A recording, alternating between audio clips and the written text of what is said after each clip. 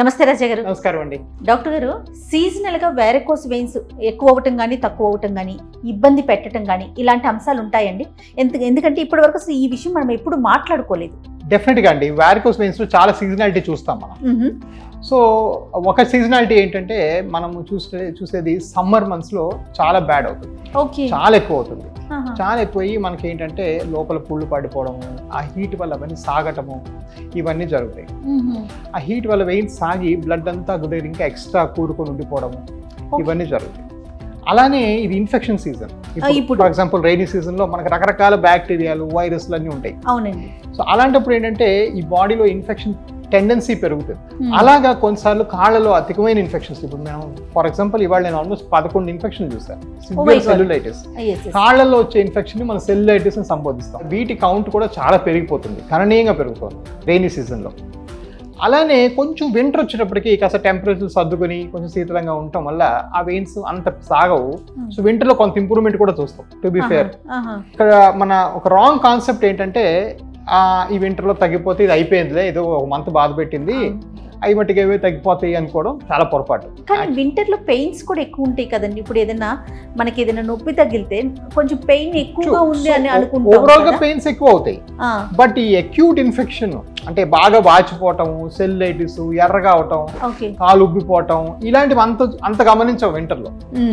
అందువల్ల చాలా మంది ఏమనుకుంటారంటే యాక్చువల్గా సమ్మర్ లో చూపించుకొని మేము ఏదో వింటర్ సమ్మర్ లో చేయించుకుంటాం ఆపరేషన్. కొంతమంది ఏముందిలే అంతేం పెరగలేదు, if anything I'm feeling better అని కూడా ఆపేసిన సందర్భాలు చాలా చూసాం. ఓకే. సో ఒక్కసారి వెరికోస్ ఫామ్ అయినాక ఇవి కొంతవరకు 5-10% వేరియన్సెస్ అంతే. ఓవరాల్ గా ఒకసారి వెరికోస్ వచ్చినాక అవి తగ్గిపోయే అవకాశం లేదు. ఇక్కడ టేక్ హోమ్ పాయింట్ ఏంటంటే అవి మట్టిగా అవే ఏదో సీజనల్ వేరియేషన్ రావటమే కానీ అవి తగ్గిపోయే అవకాశం లేదు. దానికి ఖచ్చితంగా మనం ట్రీట్మెంట్ కి వెళ్ళాల్సిందే. అబ్సల్యూట్లీ ట్రీట్ చేస్తేనే తగ్గుతాయి. ట్రీట్మెంట్ విషయంలో సీజనల్ గా చూసుకుంటారు అంటున్నారు కదా, అట్లా ఏమన్నా ఉంటుందా డాక్టర్ గారు? సో ట్రీట్మెంట్ విషయం చూస్తే సీజనాలిటీ పెద్దగా ఉండదండి. అసలు అలాంటి సీజనాలిటీ మెయింటైన్ చేయకూడదు కూడా. ఎందుకంటే దానివల్ల ఏమీ అసలు పెద్దగా ఉపశమనం ఉండదు. మనం మాట్లాడుతున్న ఈ సీజనాలిటీ అంతా కూడా 5%. 95% లోపలైతే సర్క్యులేషన్ ఫెయిల్ అయిపోయి కుళ్ళిపోతుందో, బాడీ చెడిపోతుందో అది అనేది మారదు. ఓకే. సో ట్రీట్మెంట్ అనేది ఇమీడియట్ గా జరగాలి, ఇమీడియట్ గా చేసుకోవాలి. As soon as we notice the problem చేసుకోవాలి. ఓకే. అది కూడా ఎక్స్పర్ట్స్ దగ్గరికి వెళ్ళి చేయించుకోవటం. ఎందుకంటే మనం N number of hospitals, N number of doctors ని చూస్తూ ఉన్నాము. ఎక్కడికి వెళ్ళాలి అనే ఒక కన్ఫ్యూజన్ కూడా మనకి ఆడియన్స్ లో కనిపిస్తూ ఉంటుంది, పేషెంట్స్ లో ముఖ్యంగా. ఎలా చూస్ చేసుకోవాలంటారు? ఇది చాలా మంచి క్వశ్చన్ అడిగారండి. ఎప్పుడు కూడా నాకు పేషెంట్స్ కూడా అడుగుతుంటారు, మరి మీ బ్యాక్గ్రౌండ్ ఏంటి డాక్టర్ గారు, మీరు ఇంటర్నేషనల్ రేడియాలజీ అన్నారు. కొంతమంది ఏమో like one of the biggest surgeons vascular doctor in India, ఆయన పేరు షోయబ్ పడారియా, ఆయన cardiologist. Oh my God. Whereas మనకు తెలిసిన కొంతమంది వాస్కులర్ సర్జన్స్ కూడా ఉన్నారు. సో అమెరికాలో మనం చూసామంటే ఈ వారికోస్ వెయిన్స్ చేసే వాళ్ళ సంఖ్య 100 మంది డాక్టర్లు అంటే అందులో 35 మంది వాస్కులర్ ఇంటర్వెన్షన్ రేడియాలజిస్ట్ నాలాంటి వాళ్ళు. ఓకే. ఒక 32 మంది కార్డియాలజిస్టులు, ఒక 35 మంది వాస్కులర్ సర్జన్స్. సో 1/3 విభజించబడింది. So what is the common thing అంటే మేము ముగ్గురం కూడా రక్తనాళాల సమస్యల్ని హ్యాండిల్ చేయగలము. సో ఎవరైతే రక్తనాళాల సమస్యలు, కార్డియాలజిస్ట్ గుండెల రక్తాలను బాగు చేస్తాడు, వాస్కులర్ సర్జన్ రక్తనాళాలను బాగు చేస్తాడు, వాస్కులర్ ఇంటర్వెన్షన్ రేడియాలజిస్ట్ కూడా రక్తనాళాలను బాగు చేస్తాడు. సో ఎవరైతే మరి మీకు రక్తనాళాలను బాగు చేసే కెపాసిటీ ఉంటుందో వాళ్ళే పర్ఫెక్ట్ డాక్టర్స్. మరి వాళ్ళు ఎవరు మీకు పర్ఫెక్ట్ అంటే దానిలో మోస్ట్ ఇంపార్టెంట్ మనం గమనించాల్సింది ఎక్స్పీరియన్స్. ఫర్ ఎగ్జాంపుల్ నేను అనుకోండి, నేను ఓన్లీ వాస్కులర్ ఇంటర్వెన్షన్స్ చేస్తాను, పైపెచ్చు అందులో ఓన్లీ వెరికోస్ వెయిన్స్ ఎక్కువ చేస్తాను. అది డిఫరెంట్ కంపేర్ టు కార్డియాలజికల్ పొద్దున హార్ట్ సర్జరీ, సాయంకాలం వెరికోస్ చేయడం వేరు. ఒక వాస్కులర్ సర్జన్ బ్రెయిన్ బైపాస్ చేసి నెక్స్ట్ డే వెరికోస్ వెయిన్స్ చేయడం వేరు. ఎందుకంటే ఇది ఒక ఎక్స్ట్రీమ్లీ కాంప్లికేటెడ్ సైన్స్. దీని మీద డీప్ అండర్స్టాండింగ్ ఉండి ఇదే ఒక ఫీల్డ్ గా మనం ప్రాక్టీస్ చేస్తేనే ప్రాక్టీస్ చేయగలం. ఇది అన్ని విధాలుగా నిజమైపోతుంది. ఇప్పుడు ఆర్థోపెడిక్స్ ఉందనుకోండి, న్యూరో సర్జరీ ఉందనుకోండి, అందులో స్పైన్ సర్జన్ కూడా స్పైనే చేస్తున్నాడు. ఇప్పుడు ఆయన బ్రెయిన్ ఆపరేషన్ మానేశాడు. అదే విధంగా ఆర్థోపెడిక్ వాళ్ళు ఎవరైతే స్పైన్ చేస్తున్నారో వాళ్ళు స్పైనే చేస్తున్నారు. సో డిపార్ట్మెంట్ వైజ్ గా మనకి అవైలబిలిటీ అనేది పెరిగింది. అలా పెరిగినప్పుడు ఈ extreme complexity of care handle చేయడానికి అదొక్కటే చేసి దానిలో డీప్ ఎక్స్పర్టైజ్ ఉన్న వాళ్ళే మీరు అడిగిన క్వశ్చన్ ఎవరి దగ్గర వెళ్ళాలి అంటే ఎక్స్పీరియన్స్ ఉన్న దగ్గరికి వెళ్ళాలి. బ్యాక్గ్రౌండ్ ఎక్కడి నుంచి వచ్చింది, ఎక్కడైతే ఎవడు బాగా చేస్తే వాడి దగ్గరికి. బ్యాక్గ్రౌండ్ లో ప్రాబ్లం లేదు. కానీ ఎక్స్పీరియన్స్ బ్యాక్గ్రౌండ్ నుంచి మీరు ఏం నేర్చుకున్నారు, ఏం చేస్తున్నారు అనేది మోస్ట్ ఇంపార్టెంట్ అయిపోతుంది. ఓకే. ఎందుకంటే ఈ ఫార్మల్ గా ఉన్న ట్రైనింగ్స్ ఏవైతే ఉన్నాయో, మనం ఏదో ట్రైనింగ్ కరికులం ఎంఎస్, ఎంసీహెచ్, ఎండి ఇవన్నీ ఎప్పుడో 40 ఏళ్ల క్రితం రాసిన పుస్తకాలు. సో దానిలో సరిపోయినంత అడిక్వేట్ చేంజెస్ అవ్వలేదు మన ప్రాక్టీస్ కి సరిపోయినవి. ఫర్ ఎగ్జాంపుల్, నేను ఇండియా వచ్చేదాకా 2014 దాకా ఈ స్కానింగ్ చేసుకుంటూ వెరికోస్ చేయడం అనేది ఎవరికీ తెలియదు.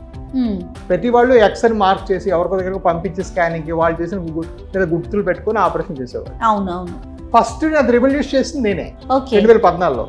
లేదయ్యా మీరు ఎక్కడికి బయటికి స్కాన్ కి వెళ్ళక్కర్లేదు, ఆ స్కాన్ ఏదో నేనే చూపించి నేనే ఆపరేషన్ అదే మిషన్ వాడుకుంటూ చేస్తానంటే అది రివల్యూషనరీ. అలా మొదలెట్టింది. ఈ రోజు నాకు సంవత్సరానికి 5,000 ఆపరేషన్లు అవుతున్నాయి, ఇండియాలో హైయెస్ట్. సో ఈ రివల్యూషన్ తేడా కారణం ఏంటంటే నా రేడియాలజీ బ్యాక్గ్రౌండ్. నాకు స్కానింగ్ లో అంత డీప్ నాలెడ్జ్ ఉండటం వల్లే I could bring it. So background ఎట్టైనా పర్లేదండి, మీరు ఆ బ్యాక్గ్రౌండ్ వాడుకుంటూ పేషెంట్ కి సొల్యూషన్ ఎలా ఇస్తారు అనేది మోస్ట్ ఇంపార్టెంట్ పాయింట్. దానితో ఇప్పుడు మీరు అన్నట్లుగా చదువుకున్నది ఓకే, కానీ ఇప్పుడున్న టెక్నాలజీని మనం పేషెంట్స్ కి ఇవ్వగలగాలి. మనం ఏవేస్ హాస్పిటల్ కనుక చూసుకుంటే మంచి లేటెస్ట్ మిషనరీ మొత్తం కనిపిస్తూ ఉంటుందండి. ఎప్పటికప్పుడు ఎవ్రీ మంత్ నేను వచ్చిన ప్రతిసారి కూడా మనం కొత్త కొత్త మిషన్స్ ని పరిచయం చేస్తూ ఉంటాం.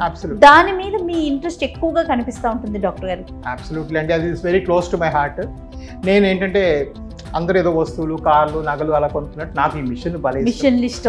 ప్రతి 3 నెలలకు ఒకసారి నేను అమెరికా ఫారెన్ కంట్రీకి వెళ్ళిపోతాను. నా ప్రాబ్లం నేను వచ్చిన దగ్గర నుంచి ఇప్పటిదాకా కూడా అసలు వీనస్ కేర్ లో మన స్టాండర్డ్ ఇండియాలో ఎవరు లేరు. హైయెస్ట్ ఉన్నాం.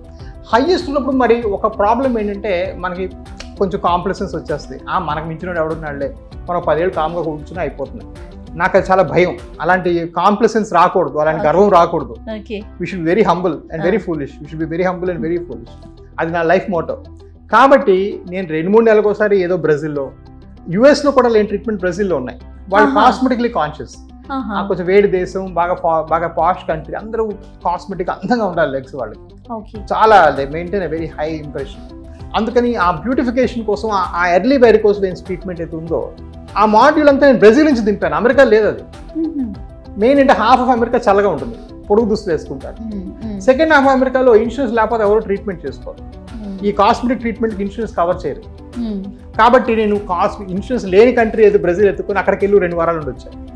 వాళ్ళ దగ్గర ప్రతి మిషన్ రాత్రి ఇంపోర్ట్ చేశాను. అసలు ఇంపోర్ట్ ఎంత కష్టమైందో, 2.5 నెలలు పట్టింది ఒక మిషన్ తేడా. బొంబాయిలో స్టక్.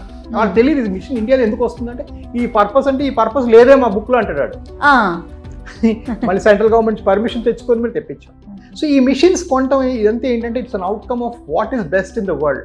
సో ఈ రోజు నేను రాసి ఇవ్వగలను as of this month, as of July 27th మీకు అమెరికాలో కానీ, న్యూయార్క్లో కానీ, బ్రెజిల్లో కానీ మీకు జబ్బుకున్న ఏ ట్రీట్మెంట్ ఆఫర్ చేస్తారో అది నేను నిక్కచ్చిగా 100th రేట్కి ఎవిస్లో ఆఫర్ చేయగలను. సూపర్ అండి. I can give it in writing. So అది నా ప్యాషన్. దానికోసం నాకు ఎంత ఖర్చున్నా పర్లేదు. I run after so many things. మీరు ఇండియన్ అవ్వటం, ముఖ్యంగా మన తెలుగువారు అవ్వటం చాలా సంతోషంగా అనిపిస్తూ ఉంటుందండి. ఎందుకంటే ఏవేస్కి వచ్చిన ప్రతిసారి నేను ఎవరితో మాట్లాడిన ఇదే చెప్తాను, కొత్త మిషనరీస్. అదొక ప్యాషన్. ఎందుకంటే పబ్లిక్ ఎవరైతే పేషెంట్స్ ఉంటారో వాళ్ళకి చాలా తేలిగ్గా, సులువుగా, కష్టం లేకుండా సర్జరీ చేయాలి, వాళ్ళంతా హెల్దీగా ఉండాలి. ఈ మోటోతో ముందుకెళ్తున్నారు. సూపర్ అండి. థ్యాంక్ యూ సో మచ్ రాజా గారు. నమస్తే.